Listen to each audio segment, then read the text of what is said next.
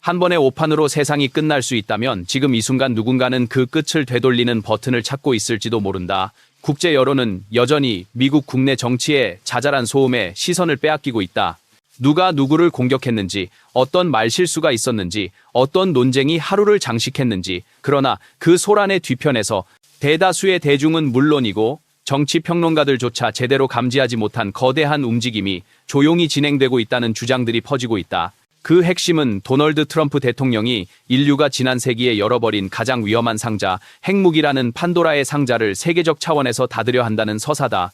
이것이 즉흥적 감정이나 충동적 결단이 아니라 장기적 계산에 기반한 핵 전략의 설계도라는 해석이 뒤따른다.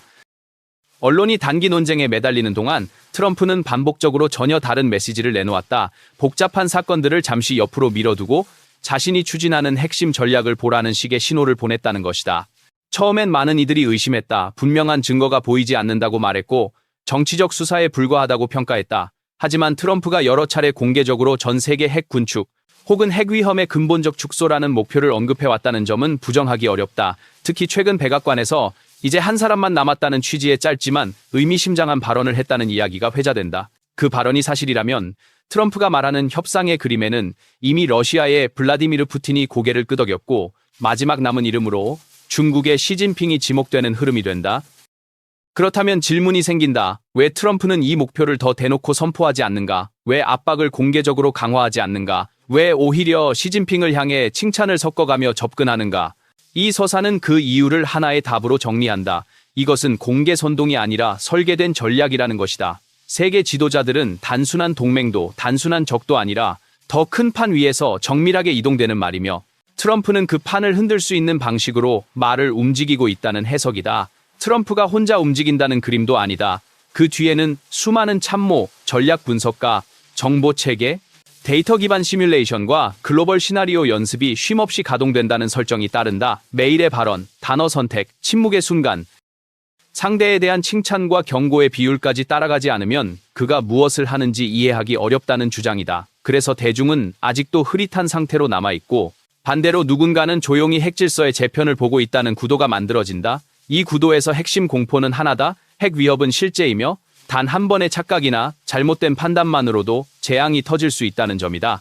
질문은 이미 만약이 아니라 언제로 바뀌었다는 식의 긴장이다. 결정적 순간에 공격 명령자가 망설일 수는 있어도 그 순간 시스템이 굴러가기 시작하면 되돌리기 어려워진다. 그러니 진지한 군사 전략은 언제나 사후 대응이 아니라 사전 억제, 사전 차단에서 출발해야 한다는 결론으로 이어진다. 여기서 오펜하이머가 등장한다. 핵무기를 만든 과학자의 양심과 역사적 공포가 소환된다. 그는 자신이 이제 죽음이 되었고 세계를 파괴하는 자가 되었다는 자각을 남겼다고 알려져 있다. 그렇다면 왜 그는 그 일을 했는가? 당시 미국이 만들지 않으면 나치 독일이 먼저 만들 것이라는 공포 때문이었다는 논리다. 그것은 단순한 무기 경쟁이 아니라 문명 생존의 문제였고 그래서 맨해튼 계획이 탄생했다는 흐름이 이어진다. 그 계획은 전쟁의 끝을 바꾸었지만 그 후유증은 오늘까지 이어지고 있다는 결론으로 접속된다. 미국 이후 소련이 핵을 가졌고 이어 중국이 핵을 가졌고 그 주변의 위성 동맹과 후발 주자들이 뒤따랐다. 북조선이 거론되고 앞으로는 이란이 그 다음이 될 수 있다는 공포가 덧붙는다. 이 지점에서 서사는 이란의 포르도 핵시설을 사례로 끌어온다. 미국의 스텔스 폭격기 B-2가 초강력 지하 관통 폭탄 GBU-57 계열을 투하해 해당 시설을 파괴하려 했고 그런데도 뚜렷한 방사능 확산 징후가 보이지 않았다는 주장으로 긴장감을 만든다. 그 직후 미국 내 특정 성향의 언론이 목표가 이미 이동했거나 폭탄이 빗나갔다고 보도했고 세계 언론도 그 프레임을 따라갔다는 이야기로 이어진다. 전문가들이 등장해 이란이 핵물질을 다른 곳으로 옮겼을 가능성, 미국의 타격 실패 가능성을 분석했고 여론은 혼란을 키웠다. 하지만 최종적으로 이란이 공격 자체와 피해를 인정할 수밖에 없었다는 결말이 붙는다. 이 흐름이 말하려는 것은 단순하다. 말로 설전이 오가는 동안 현실은 이미 끝났고 상대가 침묵 속에서 인정하는 순간이 진짜 승리라는 것이다. 그리고 이제 질문은 트럼프가 정말로 이 판도라 상자를 닫을 수 있느냐로 바뀐다. 혹은 인류가 다음 단계의 핵 재앙으로 들어가느냐로 바뀐다. 이번에는 실험이 아니라 실제 운용의 문턱이라는 표현으로 긴장을 끌어올린다. 핵을 완전히 없애는 것은 불가능하더라도 통제 가능한 체계 안으로 다시 집어넣어야 한다는 논리로 이어진다. 미래의 어떤 분쟁도 도시를 순식간에 지워버리는 무기를 필요로 해서는 안 된다는 윤리적 주장도 함께 붙는다. 더 큰 역설도 제시된다. 강대국들은 결코 쓰지 못할 무기를 유지하는데 매년 막대한 돈을 쏟아붓는다. 그 유지비는 미래 기술과 경쟁력을 갉아먹는다. 그래서 트럼프가 핵보다 인공지능을 더 우선순위에 두고 있다고 강조했다는 장면이 연결된다. 백악관에서 한 연설에서 그는 인공지능을 기술의 창세기처럼 묘사하며 지역 정부가 규제로 속도를 늦추지 말라고 경고했다는 식의 이야기다. 그런데 그 다음이 더 의외다. 트럼프가 시진핑과 핵무기에 관해 직접 통화했다고 혹은 대화했다고 스스로 공개했다는 설정이다. 여기서 반론이 곧바로 따라붙는다. 서명한다고 해서 지키겠느냐? 푸틴도 시진핑도 약속을 어길 수 있지 않느냐? 하지만 서사는 이렇게 뒤집는다. 합의가 없으면 감시와 검증의 메커니즘도 없고 메커니즘이 없으면 증거도 남지 않으며 증거가 없으면 반격도 어렵다는 것이다. 반대로 합의와 틀이 있으면 위반은 곧바로 국제적 명분과 제재의 근거가 된다. 이 관점에서 이란 사례는 다시 활용된다. 의혹이 아무리 떠돌아도 결국 상대가 피해를 인정하면 침묵 자체가 결과를 증명한다는 논리다. 그리고 분위기는 한 번 더 급격히 전환된다. 세계 군사 전문가들을 충격에 빠뜨렸다는 비밀 작전이 조용히 언급된다. 작전은 겨우 25분.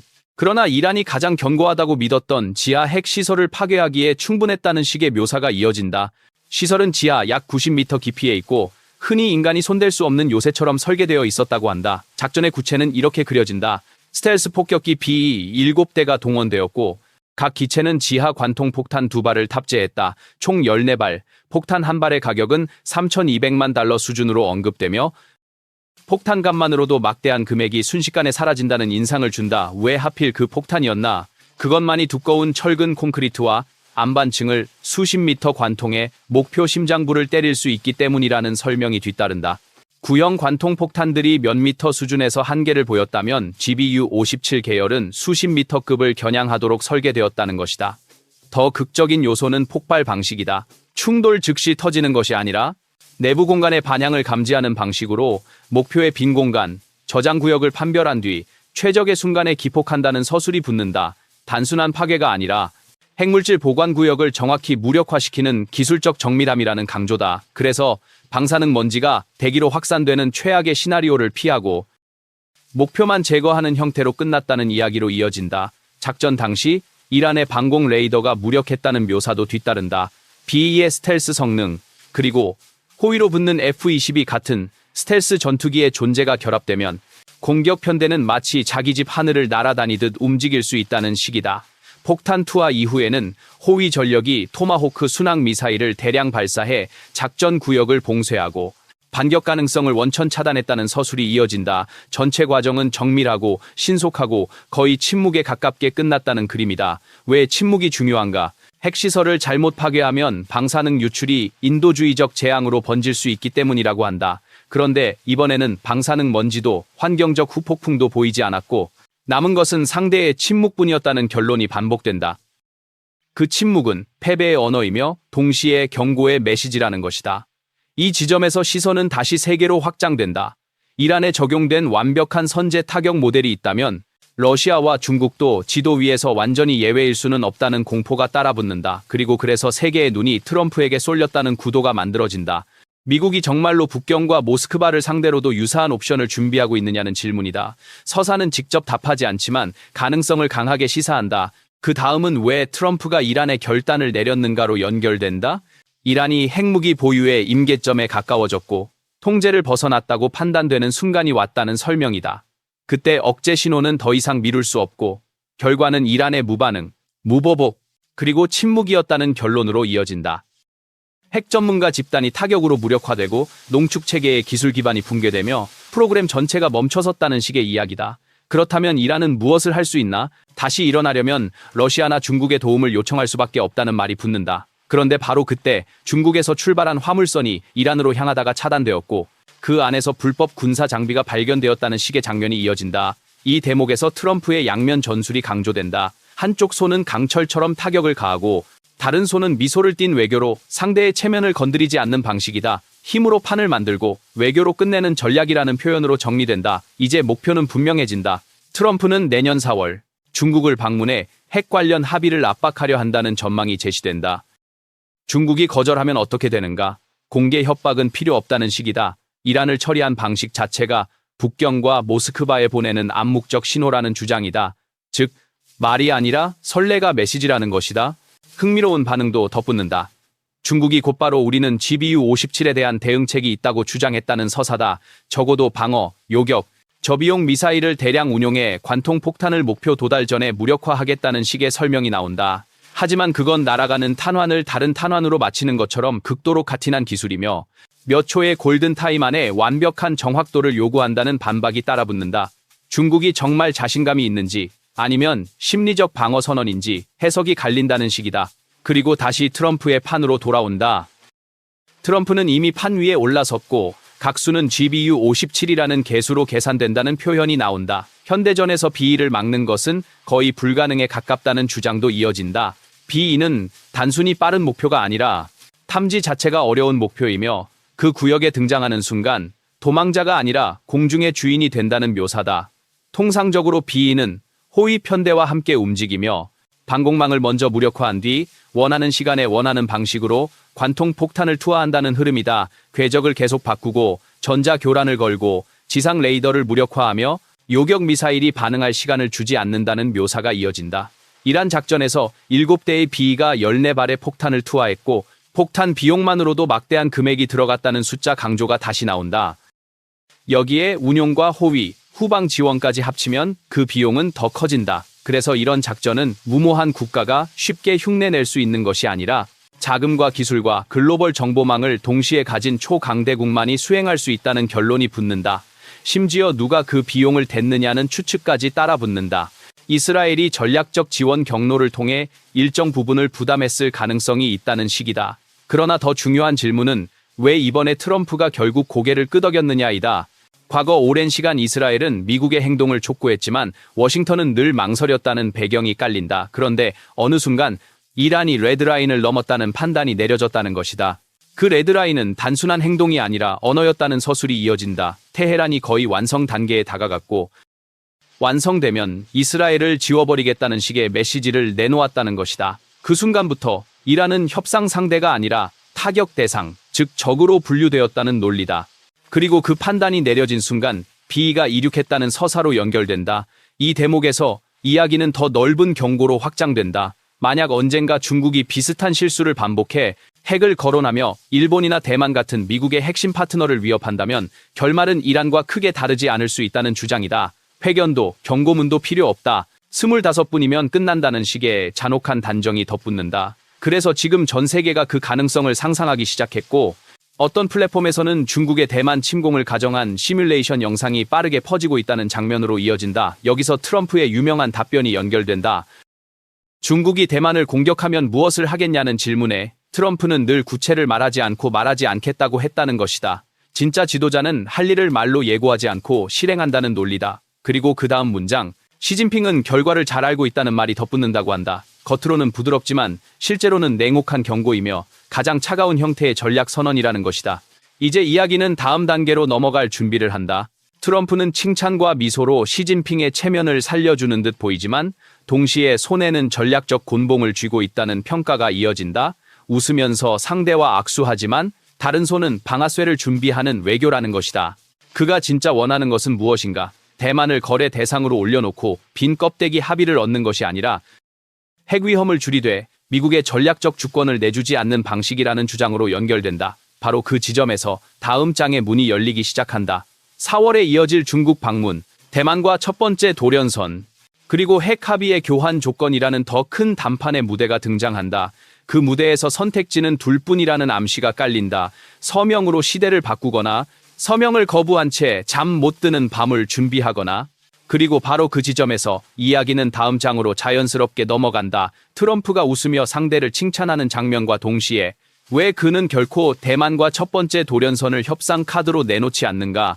이 질문을 풀지 못하면 앞에서 말한 핵합의 구상도 이란에서 보여준 초정밀 타격 모델도 모두 흩어진 조각처럼 보일 수밖에 없다. 그러나 트럼프의 방식은 늘 그렇다. 표면의 말과 실제 계산이 다른 방향으로 흐르는 것처럼 보이게 만들고 그 틈에서 상대의 선택지를 좁혀가는 것이다.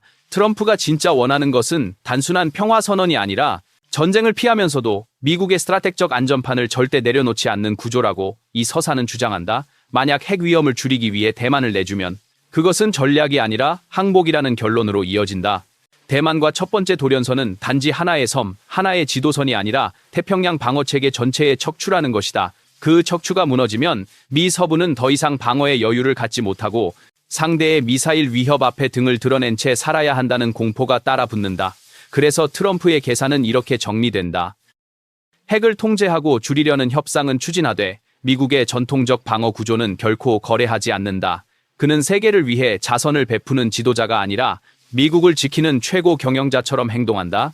여기서 마가라는 구호가 다시 호출된다. 그 구호는 단순한 슈알가 아니라 국가 운영의 기준이며 외교에서조차 그 기준이 흔들리지 않는다는 것이다.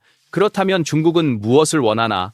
이 서사는 중국 역시 단순하지 않다고 강조한다. 시진핑이 어리석은 인물이 아니라면 그는 핵이라는 카드와 대만이라는 카드를 동시에 움직여 최대 이익을 얻으려 할 수밖에 없다. 즉, 핵 합의를 명분으로 대만과 주변 해역의 전략적 공간을 넓히려는 유혹이 생긴다는 것이다. 하지만 트럼프는 그 유혹을 알고 있고 그래서 웃으면서도 단 한 걸음도 물러서지 않는다고 서사는 말한다. 이런 구조 속에서 트럼프가 공개적으로 모든 전략을 밝히지 않는 이유가 다시 설명된다. 그는 질문을 받았을 때 늘 말한다. 나는 말하지 않겠다. 진짜 지도자는 예고하지 않는다는 논리로 자신을 포장한다. 그리고 그 뒤에 항상 덧붙이는 말이 있다. 시진핑은 결과를 알고 있다. 이 문장이 부드러운 외교적 표현처럼 들릴 수도 있지만 서사의 관점에서는 가장 차갑고 잔인한 경고다. 상대는 이미 결과를 계산할 수밖에 없고 그 결과의 그림자 속에서 협상 테이블로 끌려와야 한다는 것이다. 여기서 다시 이란의 선례가 등장한다. 이란은 오랜 시간 핵 프로그램을 지하 깊숙이 숨기고 요새화했다고 믿었다. 그러나 위성 감시와 장기 정보 수집은 결국 그 깊이를 숫자로 바꾸어 놓았다. 그리고 숫자가 확보되는 순간 타격은 25분으로 압축되었다는 것이다. 만약 중국이 앞으로 핵을 언급하며 주변 국가를 위협하는 수준까지 간다면 미국은 다시 같은 방식의 압박을 시도할 수 있다고 서사는 암시한다. 말로 위협하지 않고 선례로 압박한다. 그것이 트럼프식 신호라는 것이다. 그렇다고 해서 트럼프가 전쟁을 원한다는 뜻은 아니라고 서사는 강조한다.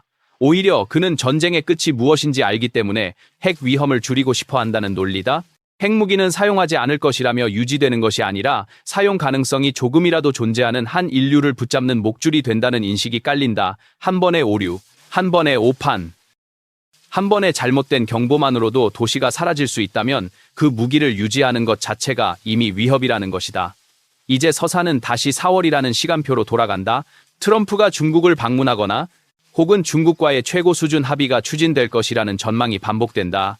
그 무대에서 선택지는 둘로 좁혀진다. 서명하거나 서명하지 않거나. 서명한다면 새로운 시대가 열릴 수 있다. 핵 위험이 줄어들고 최소한의 감시 체계와 통제 틀이 만들어진다. 반대로 서명하지 않는다면 상대는 트럼프가 이란에서 보여준 모델을 떠올릴 수밖에 없다는 것이다. 이것이 공개 위협이 아닌 침묵으로 만들어낸 공포라는 결론이다. 그리고 서사는 여기에 한 겹을 더 씌운다. 만약 협상이 결렬될 경우 트럼프가 사용할 도구는 군사력만이 아니라는 것이다. 관세는 부드러운 선제 드롭이며 경제 제재는 숨을 조여오는 압박이고 외교적 고립은 상대의 선택지를 닫아버린다. 그러나 마지막 문턱을 넘는 순간, 즉 핵으로 직접 위협하는 언어가 등장하는 순간에는 더 이상 문서와 회담이 아니라 작전 계획이 앞에 놓인다는 흐름으로 이어진다. 그 작전 계획의 상징이 바로 비위와 지하 관통 폭탄이라는 것이다. 중국은 이런 시나리오를 모르지 않다고 서사는 말한다. 그래서 중국은 요격이 가능하다고 주장하고 저비용 미사일을 대량 배치해 관통 폭탄을 무력화하겠다고 선언한다.